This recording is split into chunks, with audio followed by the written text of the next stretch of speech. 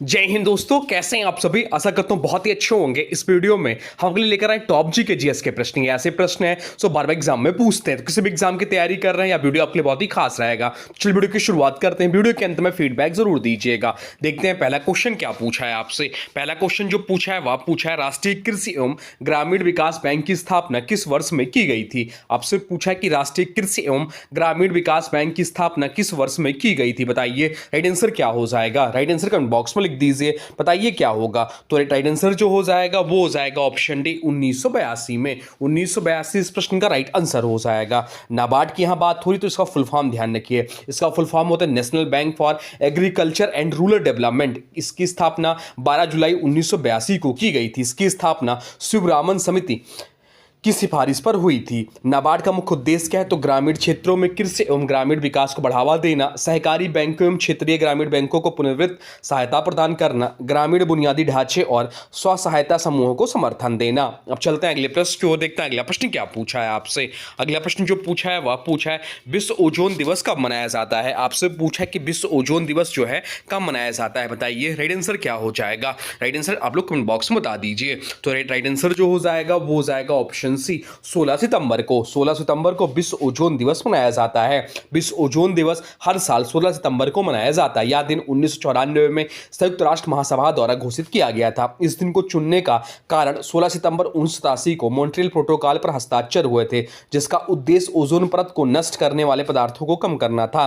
बाकी बातें हो रही सितंबर माह की। चलिए सितंबर माह को एक बार रिवीजन कर लेते हैं। 5 सितंबर को शिक्षक दिवस मनाया जाता है डॉक्टर सर्वपल्ली राधाकृष्णन की जयंती के उपलक्ष्य पे। 8 सितंबर को अंतर्राष्ट्रीय साक्षरता दिवस मनाते हैं। 14 सितंबर इंपॉर्टेंट है, हिंदी दिवस मनाया जाता है। 15 सितंबर को इंजीनियर्स डे मनाया जाता है और 16 सितंबर को विश्व ओजोन दिवस मनाया जाता है, जो कि अभी हम लोग पढ़े थे। 21 सितंबर को अंतर्राष्ट्रीय शांति दिवस मनाया जाता है। 27 सितंबर को विश्व पर्यटन दिवस मनाया जाता है। 29 सितंबर को विश्व हृदय दिवस मनाया जाता है। तो एक बार हम लोग सितंबर माह को रिवीजन कर लिए हैं। अब चलते हैं अगले प्रश्न को। देखते हैं अगला प्रश्न क्या पूछा है आपसे।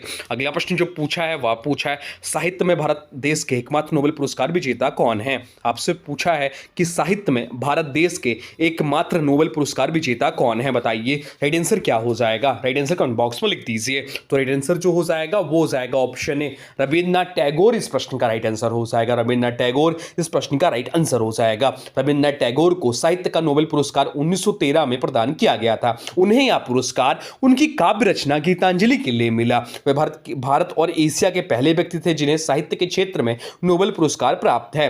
बाकी विकल्पों की बात करें तो अमृत सेन, इन्हें अर्थशास्त्र में नोबेल पुरस्कार 1998 में मिला। सीवी रमन की बात करें तो इन्हें भौतिकी में नोबेल पुरस्कार 1930 मिला और कैलाश सत्यार्थी की बात करें तो इन्हें शांति का नोबेल पुरस्कार 2014 में मिला, मलाला यूसुफजई के साथ साझा। अब चलते हैं अगले प्रश्न को। देखते हैं अगला प्रश्न क्या पूछा है आपसे। अगला प्रश्न जो पूछा है वह पूछा है भारत में राष्ट्रीय मतदाता दिवस कब मनाया जाता है। आपसे पूछा है कि भारत में राष्ट्रीय मतदाता दिवस कब मनाया जाता है। बताइए राइट आंसर क्या हो जाएगा। राइट आंसर कमेंट बॉक्स में लिख दीजिए। तो राइट आंसर जो हो जाएगा वो हो जाएगा ऑप्शन सी 25 जनवरी को। 25 जनवरी को क्या मनाया जाता है तो राष्ट्रीय मतदाता दिवस मनाया जाता है। राष्ट्रीय मतदाता दिवस हर साल 25 जनवरी को मनाया जाता है। इसे पहली बार 2011 में भारत निर्वाचन आयोग की स्थापना के दिवस के रूप में शुरू किया गया। इसका उद्देश्य युवाओं को मतदान के प्रति जागरूक करना और लोकतंत्र को मजबूत करना है। अब चलते हैं अगले प्रश्न को। देखते हैं अगला प्रश्न क्या पूछा है आपसे। अगला प्रश्न जो पूछा है वह पूछा है भारतीय संविधान में नीति निर्देशक तत्व किस देश के संविधान से प्रेरित है।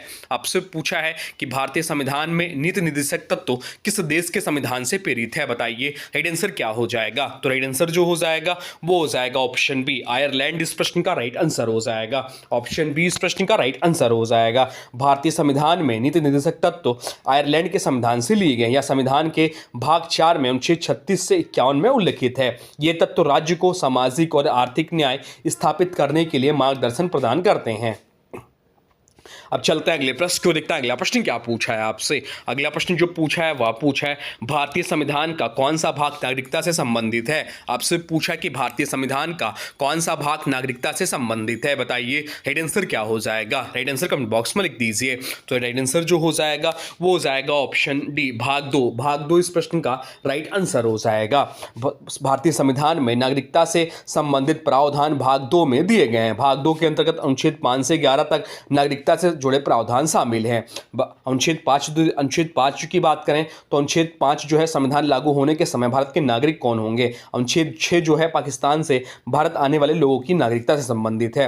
अनुच्छेद 7 पाकिस्तान गए और वापस लौटने वाले लोगों की नागरिकता से संबंधित है। अनुच्छेद 8, अनुच्छेद 9, अनुच्छेद 10, अनुच्छेद 11 ये सभी जो है नागरिकता से संबंधित हैं। 5 से 11 जो नागरिकता से जुड़े प्रावधान शामिल हैं। अब चलते हैं अगले प्रश्न क्यों देखते हैं अगला प्रश्न क्या पूछा है आपसे। अगला प्रश्न जो पूछा है वह पूछा हार्नबिल उत्सव भारत के किस राज्य में से संबंधित है। आपसे पूछा है कि हार्नबिल उत्सव भारत के किस राज्य में से संबंधित है, बताइए राइट आंसर क्या हो जाएगा। तो राइट आंसर जो हो जाएगा वो हो जाएगा ऑप्शन सी नागालैंड। नागालैंड इस प्रश्न का राइट आंसर हो जाएगा। हार्नबिल उत्सव नागालैंड राज्य में हर वर्ष 1 से 10 दिसंबर तक आयोजित किया जाता है। यह उत्सव नागालैंड की जनजातीय संस्कृति, संगीत, नृत्य और परंपराओं को प्रदर्शित करने के लिए प्रसिद्ध है। इस उत्सव का नाम राज्य पक्षी ग्रेट इंडियन हॉर्नबिल नाम पर रखा गया। इसे त्योहारों का त्योहार भी कहा जाता है। बाकी बात होनी नागालैंड की, तो नागालैंड की राजधानी जो कोहिमा है, सबसे बड़ा यहाँ शहर जो है दीमापुर है। स्थापना इसका 1 दिसंबर 1963 को हुआ था। राज्य गठन 16वां राज्य बना था भारतीय संघ में। अब चलते हैं अगले प्रश्न को देखते हैं अगला प्रश्न क्या पूछा है आपसे। अगला प्रश्न जो पूछा है वह पूछा है भारत का प्रथम राज्यसभा सांसद कौन था जिसे राष्ट्रपति ने नामित किया। आपसे पूछा कि भारत का प्रथम राज्यसभा सांसद कौन था जिसे राष्ट्रपति ने नामित किया, बताइए राइट आंसर क्या हो जाएगा। तो राइट आंसर जो हो जाएगा वो हो जाएगा ऑप्शन ए सर्वपल्ली राधाकृष्णन। इस प्रश्न का राइट आंसर हो जाएगा। डॉक्टर सर्वपल्ली राधाकृष्णन भारत के प्रथम नामित राज्यसभा सांसद थे। उन्हें 1952 में भारत के राष्ट्रपति द्वारा राज्यसभा के लिए नामित किया गया। ये एक महान दार्शनिक, शिक्षाविद और स्वतंत्र भारत के पहले उपराष्ट्रपति बने। भारत में 5 सितंबर को शिक्षक दिवस के रूप में इनकी जयंती मनाई जाती है। संविधान के अनुच्छेद 80 के अनुसार राष्ट्रपति 12 सदस्यों को राज्यसभा में नामित कर सकते हैं जो कला, साहित्य, विज्ञान और समाज सेवा के क्षेत्र में विशेष ज्ञान रखते हो। अब चलते हैं अगले प्रश्न क्यों देखते हैं अगला प्रश्न क्या पूछा है आपसे। अगला प्रश्न जो पूछा है वह पूछा है अंतर्राष्ट्रीय बाघ दिवस हर वर्ष कितनी तारीख को मनाया जाता है। आपसे पूछा है कि अंतर्राष्ट्रीय बाघ दिवस हर वर्ष कितनी तारीख को मनाया जाता है, बताइए राइट आंसर क्या हो जाएगा। राइट आंसर कमेंट बॉक्स में लिख दीजिए। तो राइट आंसर जो हो जाएगा वो हो जाएगा आपका 29 जुलाई को। ऑप्शन सी इस प्रश्न का राइट आंसर हो जाएगा। यह दिवस हर वर्ष 29 जुलाई को मनाया जाता है ताकि लुप्तप्राय बाघों के संरक्षण और उनके प्राकृतिक आवासों के प्रति जागरूकता बढ़ाई जा सके। इस दिवस की स्थापना 2010 में रूस के सेंट पीटर्सबर्ग टाइगर समिट के दौरान हुई थी, जिसमें 13 प्रमुख बाघ अवामी देशों ने भाग लिया था। इसका उद्देश्य वैश्विक स्तर पर बाघ संरक्षण और उनका आवास बचाने पर ध्यान केंद्रित करना है। बाकी बात ये होनी जुलाई माह की। चलिए जुलाई माह के महत्वपूर्ण दिवसों को रिवीजन कर लेते हैं। 1 जुलाई को राष्ट्रीय चिकित्सक दिवस मनाया जाता है, तो 1 जुलाई को जीएसटी दिवस के रूप में भी मनाते हैं। 4 जुलाई को अमेरिका का स्वतंत्रता दिवस मनाया जाता है, तो 6 जुलाई को विश्व जूनोसिस दिवस मनाया जाता है। 11 जुलाई को विश्व जनसंख्या दिवस मनाया जाता है, तो 17 जुलाई को विश्व अंतर्राष्ट्रीय न्याय दिवस मनाया जाता है। 18 जुलाई को नेशनल मंडेला दिवस मनाया जाता है, तो 26 जुलाई को कारगिल विजय दिवस मनाया जाता है। 28 जुलाई को विश्व हेपेटाइटिस दिवस मनाया जाता है, तो 29 जुलाई को अंतर्राष्ट्रीय बाघ दिवस मनाया जाता है। 30 जुलाई को विश्व मैत्री दिवस मनाया जाता है कुछ ही सालों से। अब चलते हैं अगले प्रश्न को देखते हैं अगला प्रश्न क्या पूछा है आपसे। अगला प्रश्न जो पूछा है वह पूछा है भारतीय रिजर्व बैंक वाणिज्यिक बैंकों को जिस पर अल्पकालिक ऋण देता है उसे क्या कहते हैं। आपसे पूछा है कि भारतीय रिजर्व बैंक वाणिज्यिक बैंकों को जिस पर अल्पकालिक ऋण देता है उसे क्या कहते हैं, बताइए राइट आंसर क्या हो जाएगा। तो राइट आंसर जो हो जाएगा वो हो जाएगा ऑप्शन है रेपो रेट उसे कहते हैं। ऑप्शन है इस प्रश्न का राइट आंसर हो जाएगा। रेपो रेट वह दर है जिस पर भारतीय रिजर्व बैंक वाणिज्यिक बैंकों को अल्पकालिक ऋण प्रदान करता है। बैंक इस ऋण को बदले सिक्योरिटीज को गिरवी रखते हैं। रेपो रेट घटने पर बैंकों के लिए आरबीआई से कर्ज लेना सस्ता हो जाता है, जिससे बाजार में तरलता बढ़ती है। इसके विपरीत रेपो रेट बढ़ने पर कर्ज महंगा हो जाता है और बाजार में नकदी की उपलब्धता घट जाती है। अब चलते हैं अगले प्रश्न को देखते हैं अगला प्रश्न क्या पूछा है आपसे। अगला प्रश्न जो पूछा है वह पूछा है पौधों की कोशिका भित्ति किससे बनी होती है। आपसे पूछा है कि पौधों की कोशिका भित्ति किससे बनी होती है, बताइए राइट आंसर क्या हो जाएगा। राइट आंसर कमेंट बॉक्स में लिख दीजिए। तो राइट आंसर जो हो जाएगा वो हो जाएगा ऑप्शन सी सेलुलोज से। ऑप्शन सी इस प्रश्न का राइट आंसर हो जाएगा सेलुलोज से। पौधों की कोशिका भित्ति सेलुलोज से बनी होती है, जो एक जटिल कार्बोहाइड्रेट है या पौधों को कठोरता और संरचना प्रदान करती है। इसके अलावा कोशिका भित्ति में हेमीसेलुलोज, पैक्टिन और प्रोटीन भी पाए जाते हैं, लेकिन मुख्य घटक सेलुलोज ही है। अब चलते हैं अगले प्रश्न को देखते हैं। अगला प्रश्न क्या पूछा है आपसे। अगला प्रश्न जो पूछा है वह पूछा है मुस्लिम लीग की स्थापना किस शहर में हुई थी। आपसे पूछा है कि मुस्लिम लीग की स्थापना किस शहर में हुई थी, बताइए राइट आंसर क्या हो जाएगा। राइट आंसर कमेंट बॉक्स में लिख दीजिए। तो राइट आंसर जो हो जाएगा वो हो जाएगा ऑप्शन बी, ढाका इस प्रश्न का राइट आंसर हो जाएगा। ढाका इसका स्थापना वर्ष 30 दिसंबर 1906 में राजस्थान था ढाका, अब बांग्लादेश की राजधानी, जो कि अवसर जो था ढाका के शाही नवाब सलीमुल्लाह के आवास पर मुस्लिम नेताओं की बैठक हुई, उसी में ऑल इंडिया मुस्लिम लीग की स्थापना हुई। उद्देश्य क्या था इसके पीछे, तो मुसलमानों के राजनीतिक अधिकारों और हितों की रक्षा करना। बाद में ही संगठन भारत के विभाजन और पाकिस्तान निर्माण की प्रमुख शक्ति बना। अब चलते हैं अगले प्रश्न को देखते हैं। अगला प्रश्न क्या पूछा है आपसे। अगला प्रश्न जो पूछा है वह पूछा है निम्नलिखित में से कौन पदेन राज्यसभा अध्यक्ष के रूप में कार्य करता है। आपसे पूछा कि निम्नलिखित में से कौन पदेन राज्यसभा अध्यक्ष के रूप में कार्य करता है, बताइए राइट आंसर क्या हो जाएगा। राइट आंसर कमेंट बॉक्स में लिख दीजिए। तो राइट आंसर जो हो जाएगा वो हो जाएगा ऑप्शन ए, उपराष्ट्रपति इस प्रश्न का राइट आंसर हो जाएगा। ऑप्शन ए इस प्रश्न का राइट आंसर हो जाएगा। भारतीय संविधान के अनुच्छेद 64 के अनुसार भारत का उपराष्ट्रपति पदेन राज्यसभा का अध्यक्ष होता है। उपराष्ट्रपति का निर्वाचन सांसदों द्वारा किया जाता है और उसका मुख्य दायित्व राज्यसभा का संचालन करना है। राज्यसभा में यदि अध्यक्ष अनुपस्थिति हो तो उनकी अनुपस्थिति में उपाध्यक्ष सभा का संचालन करते हैं। अब चलते हैं अगले प्रश्न को देखते हैं। अगला प्रश्न क्या पूछा है आपसे। अगला प्रश्न जो पूछा है वह पूछा है निम्नलिखित में से कौन सा युग्म क्षेत्र घास के मैदान सुमेलित नहीं है। आपसे पूछा कि निम्नलिखित में से कौन सा युग्म क्षेत्र घास के मैदान सुमेलित नहीं है, बताइए राइट आंसर क्या हो जाएगा। राइट आंसर कमेंट बॉक्स में लिख दीजिए।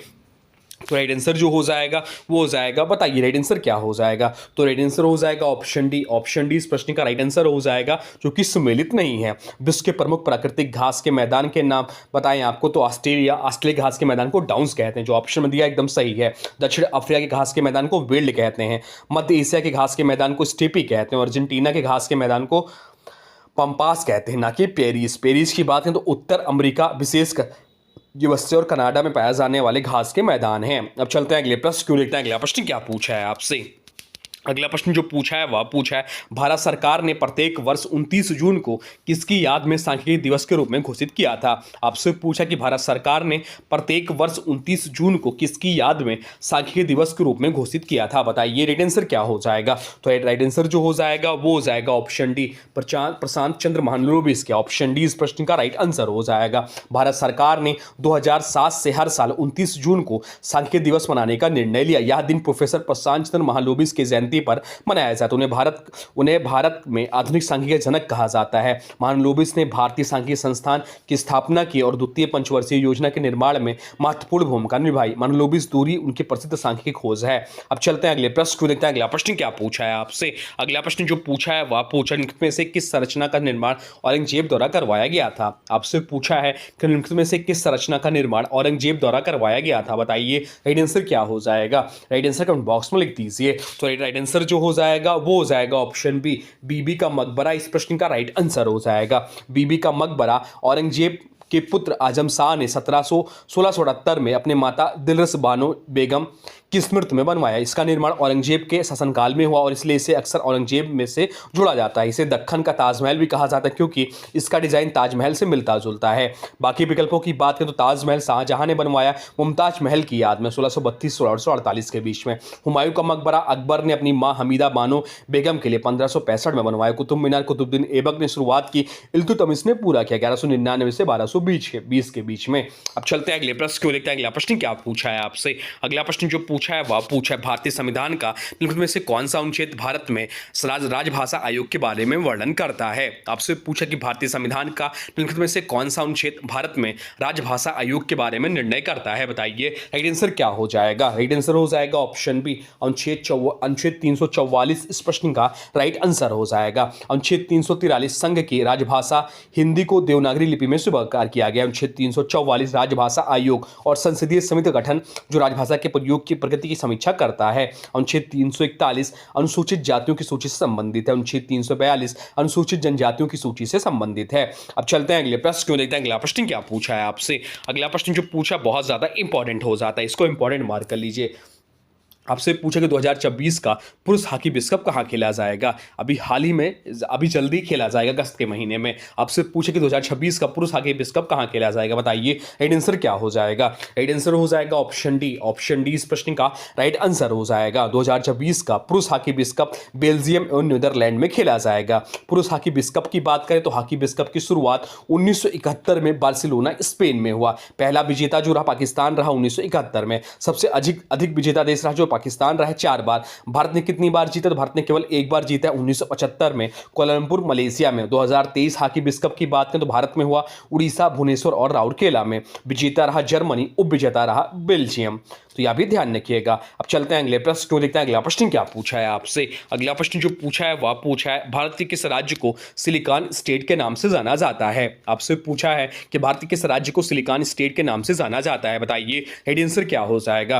तो राइट आंसर आप लोग कमेंट बॉक्स में बता दीजिए। तो राइट आंसर जो हो जाएगा वो हो जाएगा ऑप्शन सी, कर्नाटक को। कर्नाटक इस प्रश्न का राइट आंसर हो जाएगा। कर्नाटक को सिलिकॉन स्टेट ऑफ इंडिया कहा जाता है। इसकी राजधानी बेंगलुरु को इंडिया सिलिकॉन वैली या आईटी हब कहा जाता है। या भारत की सबसे बड़ी आईटी इंडस्ट्री, सॉफ्टवेयर कंपनी और स्टार्टअप्स का केंद्र है। बेंगलुरु में Infosys, Wipro, TCS, IBM, Microsoft, Google जैसी कई कंपनियों के मुख्यालय कार्यालय हैं। अब चलते हैं अगले प्रश्न को, देखते हैं अगला प्रश्न क्या पूछा है आपसे। अगला प्रश्न जो पूछा है वह पूछा निम्नलिखित में से कौन सा युग्म सुमेलित नहीं है। आपसे पूछा है कि निम्नलिखित में से कौन सा युग्म सुमेलित नहीं है, बताइए राइट आंसर क्या हो जाएगा। तो सर्वेंट्स ऑफ इंडिया सोसाइटी की स्थापना गोपाल कृष्ण गोखले ने की, एकदम सही है। सोशल सर्विस लीग की स्थापना नारायण मल्हार जोशी ने किया, यह भी एकदम सही है।